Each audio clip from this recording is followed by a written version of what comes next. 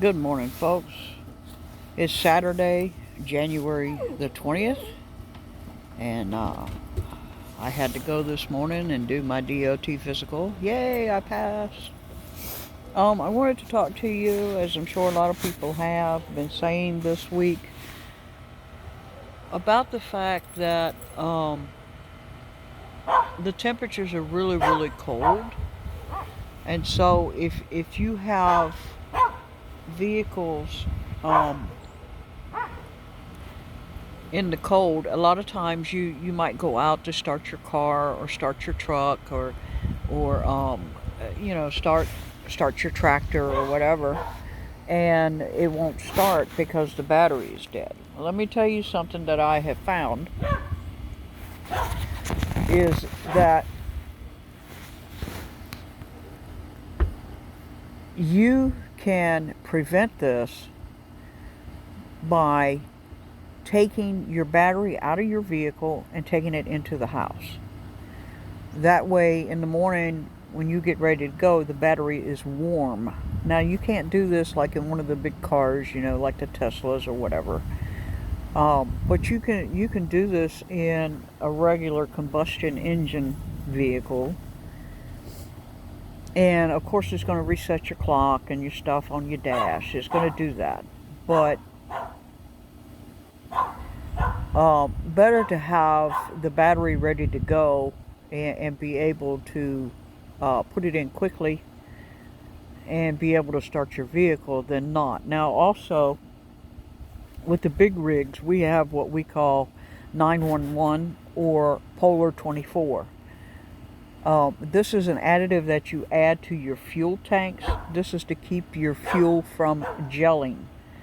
Because fuel can gel. I have seen fuel gel as cold as -15 and as warm as 5. It just all depends on the wind chill. Now, if you're in a newer truck, they have elements inside the vehicle and inside the tanks which keep the fuel warm. Shush. So you really don't have to worry about that so much. But if you have an older truck, you might want to think about picking up a bottle of that, and it is expensive. And read the directions on the bottle. Some of them say to add the whole bottle to 500 gallons. Some of them say, to add half a bottle to each tank. It just all depends on what kind you buy. I would highly recommend that you have it on the truck just in case. And I mean just in case, not only for the truck, but also for your reefer units. Your refrigerated trailer tanks can gel up, and they can gel up faster than your truck tanks.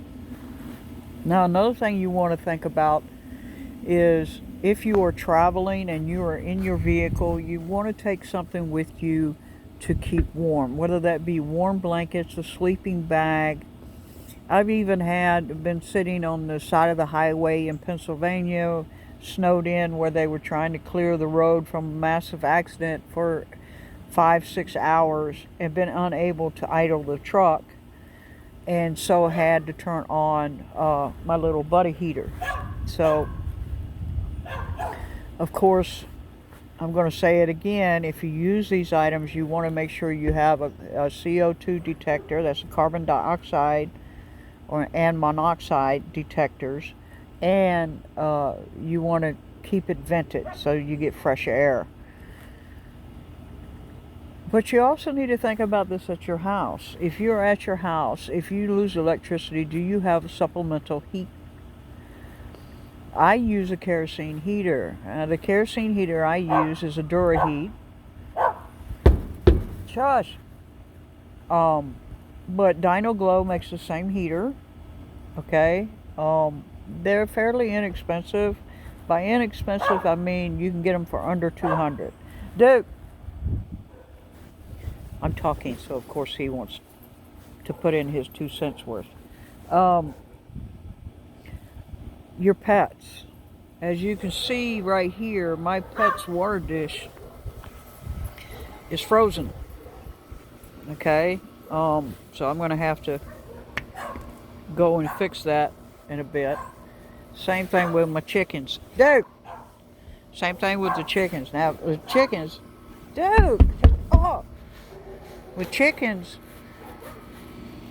if they get too cold, they can literally freeze their little combs off on top of their head. So you want to make sure you have deep hay or deep saw dust like pine shavings in their coop, and at night you want to close them in. That cuts off any way for the temperature to get out of the coop. Chickens can withstand really low temperatures. A lot of people say, well, put a heater in there. No, I've heard too many stories of chicken coops burning down. No, I'm not going to lose my chickens because I'm trying to be smart and have them warm.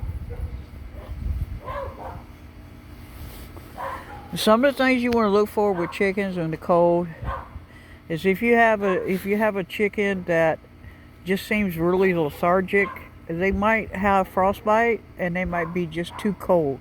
And you might want to bring them in and warm them up in a pet carrier in the house, just for a little bit, and maybe feed your chickens some warm oatmeal or some warm corn mash, right? But you definitely want to check on your pets, especially outside pets.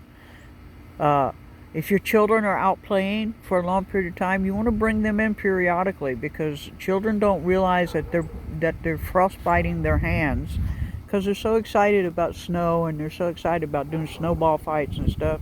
They can literally get hypothermia very quickly. So you want to keep an eye on them also. And that's all I have for you today. I hope this is some helpful information. And we're going to go enjoy the rest of our day and take care of a few things we need to take care of here. And bicycle.